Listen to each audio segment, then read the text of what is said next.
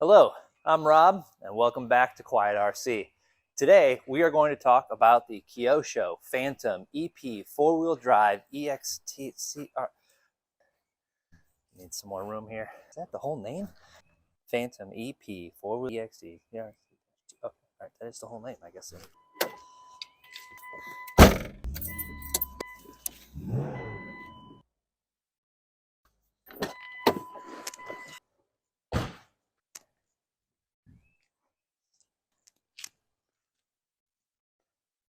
Hello, I'm Rob, and welcome back to Quiet RC.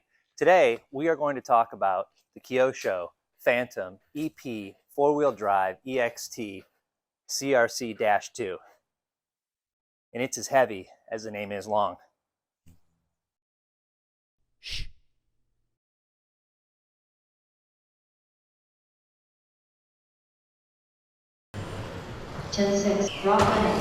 Oh my God.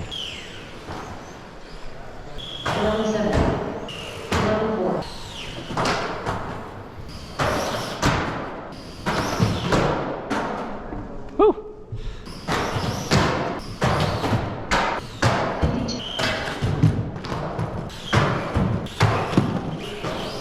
All right, let's get into it with this Kyosho Fantom four-wheel drive. Now, this is the 1/12 scale four-wheel drive from Kyosho. That was a re-release. Now, I kind of regularly race regular 12 scale with my CRC CK25, which is interesting because this is actually somewhat called the CRC. I don't know what CRC stands for. Now, one huge difference, obviously, is that this is four-wheel drive. It's chain-driven four-wheel drive to the front wheels. With a regular 12 scale, you actually just have just the rear wheels, but also it just runs on a 1S LiPo, whereas this, as it was originally designed, was for a regular 6-cell, I think at the time, like a NiCad. Obviously now we have LiPos, that 2-cell LiPos that are shaped like old school Tamiya stick packs, and I actually used a nickel metal hydride with this, just a regular kind of form factor. 12 scale, usually you're running, back in the day, you would run just 4 cells versus a full 6-cell saddle pack. Now let's get into a little bit to the build of this. Very interesting build. I actually decided to go with the carbon fiber chassis plates from HRD2, and those I had seen on the RC Kicks YouTube channel and decided to use those as well.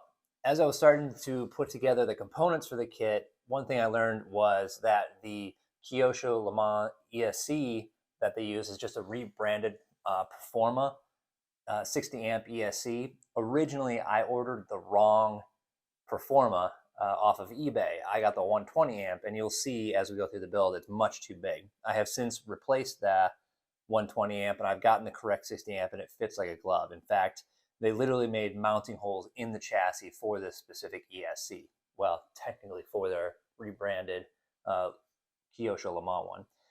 When I saw that was in red, I also started to look for one of the Kyosho Le Mans brushless motors and saw that the 19.5 turn was also red. That's kind of when I decided that my color scheme was going to be some form of red.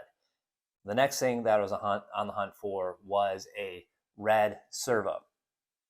This actually takes a, not a micro, but a smaller size mini servo. So that actually kind of narrowed down the possibilities of servos that I could use that were colored red. Thankfully, at the last minute, before I just kind of ordered something and was going to try to figure out how to paint it red or something like that, I saw that Core RC, which seems to be generally out of the UK, had a red anodized case on their mini servo, which is perfect, and it actually has all the specs that you would want in a 12 scale car. So as I went through this, one of the things that was pretty wild is as you're building it, they want you to glue the chassis together. So you have a bottom plate of the chassis, and then you have a portion that helps support the front, and they actually want you to glue those together. I just ended up using shoe glue instead of their recommended epoxy. Technically, the shoe glue I could unglue at some point or separate at some point. However, it goes together pretty much the same as most 12 scale cars. It has a rear pod and a single shock on the front with the actual just flexibility of the chassis determining the side-to-side shock absorption. In front, you have just springs. It's just very small springs that allow just very, almost like McPherson struts on a real car that allow suspension in the front. That was such a pain to put in, and it really was very finicky because everything is just so small in this car. However, I did manage to forget to put the front gear in that actually hooks up to the chain to drive it. So I had to go back, disassemble the front, and put it all back together again once I put it in. And that brings me to one point here about the Kyosho instructions. I was watching another YouTube channel, and they mentioned how much they love the Kyosho instructions. As I was putting this together, I really didn't like them very much. Now, the way they lay out all the bags, which is every single step has a specific bag for that step, similar to when I did my Schumacher MI8 build. However, each step in the manual has a lot going on. I'm really used to Tamiya instructions where each step is a little bit more broken down. You have maybe just one or two things, or maybe even three at the most that you're doing in a single step in Tamiya build. However, like I said, the bags were all split up. That is much better than Tamiya, because generally Tamiya just has their ABCD bag, and that's about as broken up as you get in between each step. And certainly all of the parts trees are not correlated to each individual step. As you'll see, the tolerances when you finish out the rear end, it's so tight on those rear wheels. It's crazy. Yes, you are tight like a tiger. How it all fits together. Now, when I got this, I got an extra body. This is the body that came with it. This is actually the body from the original Fantom, and I just like the look of the original body. As you can see, I've kind of copied the box art of the original body and just changed the colors. So instead of using the decals to get all the striping and everything like that, I actually did it myself. The way I did that was I had some red pearl and some white pearl and just kind of mixed it a little bit so it was a little bit lighter red to darker red to darker red. And actually what I did is I used the decals for the original Fantom body and just taped them on the outside. And then when I did the whole liquid mask process that I do when I paint bodies, I just traced that and got all the same lines, striping that you would normally get with the decals, and use that to create the red and white paint scheme. As you can see, I obviously painted the original body as well. The way I went about this was also a little bit different in that I started the process by taking the protective coating off because I wanted these white stripes to actually look like they wrapped all the way around and connected with this little pearl silver, which was originally supposed to be pearl white, but because I backed the pearl white and silver, it came out more pearl silver than anything.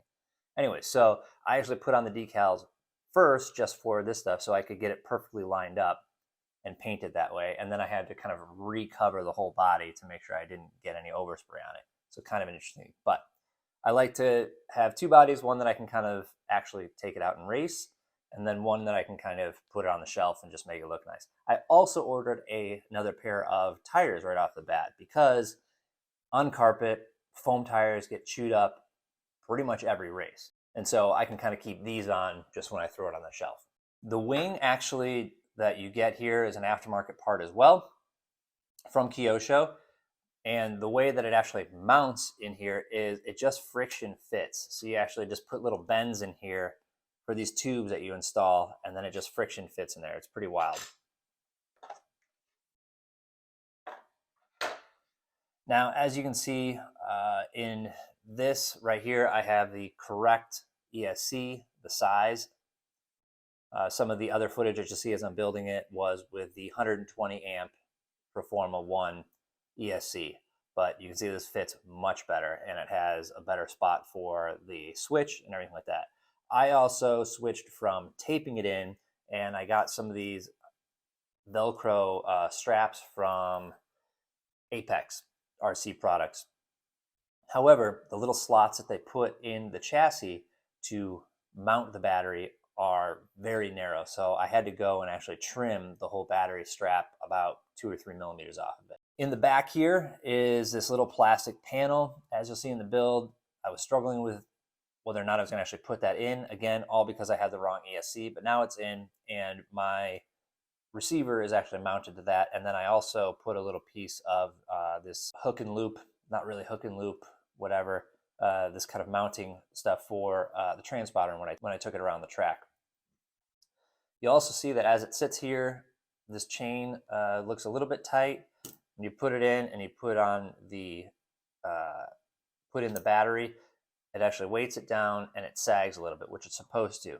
However, after a few runs, I had to go back and take one more link out because it stretched it out a little bit. And let me tell you, it really was not fun to take these links out because they are so tedious. They're so tiny. I almost couldn't get small enough needle nose pliers to get this going, but I did. When I first had it on the track, I couldn't stop crashing it. Like, it would constantly roll. I even did the thing that I do at my track with all of my cars and put a little bit of CA glue around the edge of the tire so it wouldn't grip and get that traction roll. But it was still just, it's such a heavy car. I did weigh this car and my regular 12 scale to see what the weight difference was. I'll put that down below here. Okay. You can feel that the four-wheel drive really does work. It does pull it through the turns a lot tighter, but you're really just fighting against the extra weight that you've added to the car with the four-wheel drive system, with it being set up and supposed to be used with a regular, nickel metal hydride battery, NiCad battery, or even a LiPo battery. But it's still the fact that it's 2-cell versus 1-cell just adds a lot of weight. However, eventually I just kind of settled in with it and I was starting to get really good lap times. I mean, I was getting lap times that were pretty close to my regular 12 scale lap times, which is great. Again, it's just doing a lot of extra work to get to the same place that you were with a regular 12 scale. Another thing that you'll hear in some of these clips, it is loud. It is loud because this chain and makes so much noise going around, but it's really fun to hear it just screaming around the track. Overall, very fun build, even though it did pretty much hurt my fingers the entire time because all of these parts are so small, so tight. I mean, I was using a 4mm socket for a bunch of these parts. It was very tight. However, they did include a couple tools in the kit. They had a 12mm socket because you have to, that's how you put on these wheel nuts here. And they also included like these little FRP pieces to help you assemble this shock, which was super helpful. And I'm definitely holding on to those because it was really nice to have that. Overall, really fun build. Definitely a cool looking car, a cool looking body. Even this one, which I don't really like the yellow or the livery very much. I think it still looks great.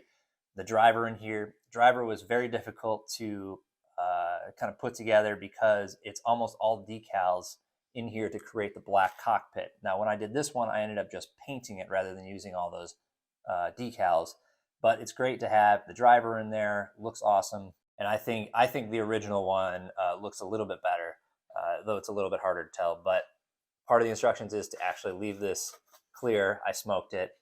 Looks a little bit better that way. But overall, I would definitely recommend if you come across these. I don't know how available these are. This was a while ago that I actually got this. It just took me a long time to get around to building it and shooting this video for it. So as usual, please, if you have any comments, if you have any questions, if you've built one of these, leave some notes down below. And always, please like, please subscribe, and hit that notification bell so you know when I'm putting out a video, which comes around every 2 to 3 weeks. Until then, we'll talk some more RC later. Thank you.